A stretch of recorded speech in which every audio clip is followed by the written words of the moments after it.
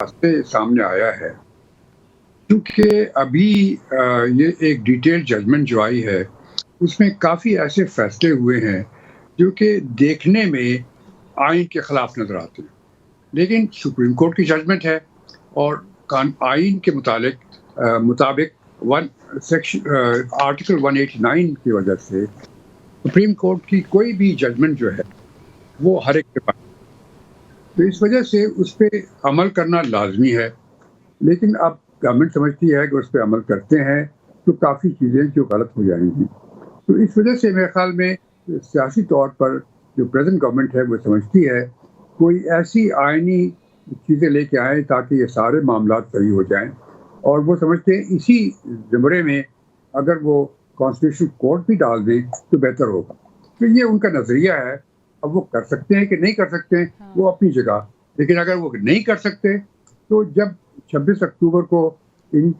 Present chief justice جو ہیں ان کی جو میعاد ختم ہو جائے گی تو نئے چیف جسٹس ٹیک اوور۔ ٹھیک ہے، اس پہ ایک اور سوال کرنا چاہوں گی۔ بلاول بھٹو زرداری صاحب نے یہ بھی ڈسکس کیا تھا کہ عمر بڑھانے کی بجائے ہم مدت کو بھی فکس کر سکتے ہیں، آپ کو کیا ان میں سے آپشنز بہتر لگتی ہیں؟ میں تو اس کے فیور میں نہیں ہوں۔ اچھا، آپ اس کی فیور میں نہیں ہیں؟ کسی کی مدت انکریز نہیں کرنی چاہیے، چاہے وہ آرمی کا چیف ہو چاہے وہ چیف جسٹس ہو، جو آئین میں یا قانون میں جو ٹائم لکھا ہوا ہے اس ٹائم کے بعد وہ آدمی ریٹائر ہو جانا چاہیے اور گھر چلا جانا چاہیے۔ اب جس طرح اب دیکھیں امریکہ میں ایک زمانے میں یہ تھا کہ ججز کی کوئی ریٹائرنگ ایج نہیں ہوتی تھی،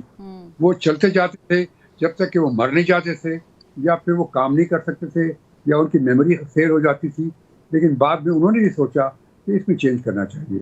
یہی انگلینڈ میں بھی ہوا، تو ضروری یہ ہے کہ جو ریٹائرمنٹ ایج لکھی ہوئی ہے اس ڈیٹ کو وہ شخص چلا جائے، کیونکہ اس کی جو قابلیت ہے، اس کا جو ذہن ہے، اس میں کمی ہو جاتی ہے عمر کے بعد، اور اس کو چینج کرنا چاہیے۔ ٹھیک، یہ بھی فرمائیے گا جسٹس صاحب کہ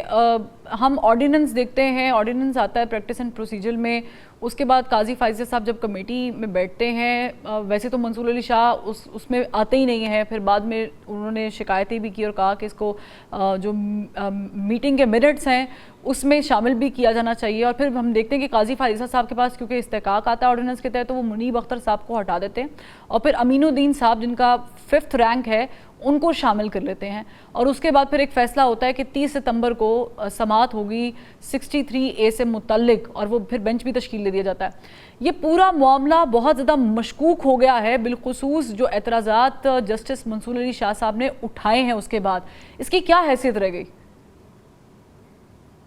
دیکھیے اب انفارچونیٹلی ہوا یہ ہے کہ اس دفعہ جو ججمنٹ دی ہے منصور علی شاہ نے، اس میں وہ بہت سی ایسی چیزیں انہوں نے کہی ہیں کیونکہ عام طور سے ایک جج جب کوئی ججمنٹ دیتا ہے تو وہ نہیں کہتا، لیکن انہوں نے وہ چیزیں کہی ہیں، اور کئی چیزیں مثلاً یہ ایک سمپل چیز میں بتا رہا ہوں کہ جب کوئی جو پریزنٹ جو پارٹی ہے PTI، اس کی طرف سے کوئی گیا نہیں تھا کورٹ میں، نہ انہوں نے کوئی ریکویسٹ کی تھی، اور اسی طریقے سے وہ جو سنی اتحاد کونسل ہے اس کا جو معاملہ ہے، یہ سب چیزیں جو ہے وہ اپنی طرف سے انہوں نے بہت سی چیزیں لکھ دی، وہ سپریم کورٹ کے جج ہیں ان کو حق ہے کہ وہ لیکن یہ بہت سی چیزیں ایسی کی ہیں جس کی وجہ سے عام جو پریزنٹ گورنمنٹ ہے اس کو یہ خدشہ ہو گیا ہے کہ شاید وہ کسی اور کو فیور کرنے کی کوشش کریں، سیدھی بات یہ ہے۔ تو اب اس کی وجہ سے ان کی طرف سے یہ کارروائیاں ہو رہی ہیں، اور ایک کارروائی وہ کر سکتے ہیں کہ وہ کانسٹیٹیوشن میں چینجز لا سکتے ہیں،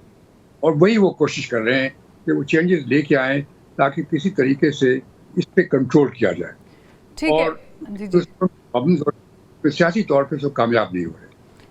ٹھیک، یہ فیصلہ بھی قاضی فائزہ صاحب نے ٹھیک کیا۔ اگر وہ ہم صرف اس کو ڈسکس کر لیتے ہیں اس طرح کہ اگر وہ منیب اختر صاحب کو ہی وہیں پر رہنے دیتے تو اس سے ایک میسج بھی جاتا، کیونکہ قاضی فائزہ صاحب اس سے پہلے آرڈیننس کے بارے میں کہہ چکے ہیں کہ آرڈیننس لانا پارلیمنٹ کی توہین کے مترادف ہے۔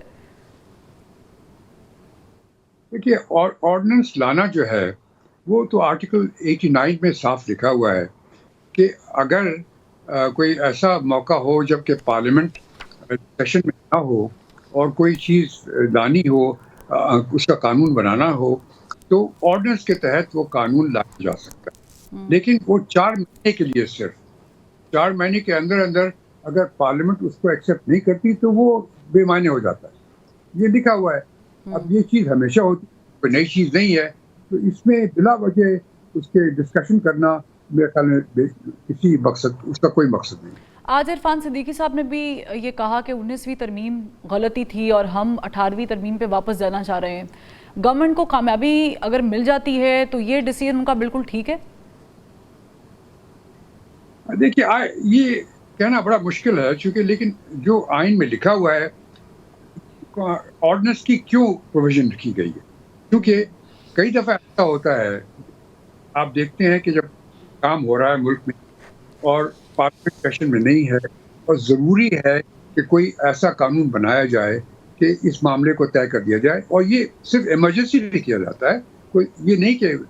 بلا وجہ آپ کر دیں، ایمرجنسی میں کیا جاتا ہے، اور اس طرح پھر آپ ایک آرڈیننس لے آتے ہیں، 4 مہینے کے بعد وہ بے معنی ہو جاتا ہے اور پھر آپ وہی رہتا ہے جو پہلے رہتا ہے۔ تو یہ ایک نارمل پروسیجر ہے جو ہوتا ہے ملکوں میں، جہاں جہاں بھی ہماری طرح کا کانسٹیٹیوشن ہے، بلا وجہ اس پہ ڈسکشن کرنا، لڑائی جھگڑے کرنا اور شور شرابہ مچانا، اس کا کوئی فائدہ نہیں۔ ٹھیک، میں لاسٹلی آپ سے جسٹس صاحب یہ جاننا چاہوں گی کہ 63A کی جو 30 ستمبر کو مقرر کی ہے، اگر اس کا حل یا یوں کہیں کہ اس طرح نکلتا ہے کہ آپ ووٹ جو کاسٹ کریں گے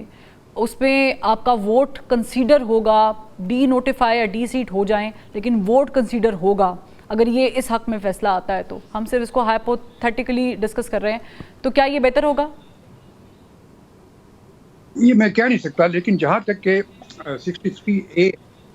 اس کا جو مقصد تھا وہ یہ تھا کہ کوئی پارٹی اپنی چینج نہیں کر سکتی، کیونکہ یہاں پہ ہمارے ملک میں یہ ہوتا تھا کہ لوگ بلا وجہ اپنی پارٹی چینج کر کے چلے جاتے تھے آ کر کے کسی اور طریقے سے، تو انہوں نے یہ انٹروڈیوس کیا۔ لیکن اس میں ایک چیز آپ کو یاد رکھنی چاہیے کہ ایک پارلیمنٹ کا ممبر ہے، اگر وہ اپنے ٹھیک، مجھے I am really sorry justice Shaiq Usmani صاحب، I have to cut you here کیونکہ ہمارا وقت ختم ہو گیا، اور آخر میں خبر یہ ہے کہ IMF نے قرض کی منظوری دے دی ہے پاکستان کو۔ اب جن لوگوں نے شادیانے بجانا ہے وہ بجائیں، اور جن لوگوں نے فکر کرنی ہے انہوں نے یقیناً فکر کرنی ہے، کیونکہ ہے تو بالآخر قرضی۔ اللہ حافظ۔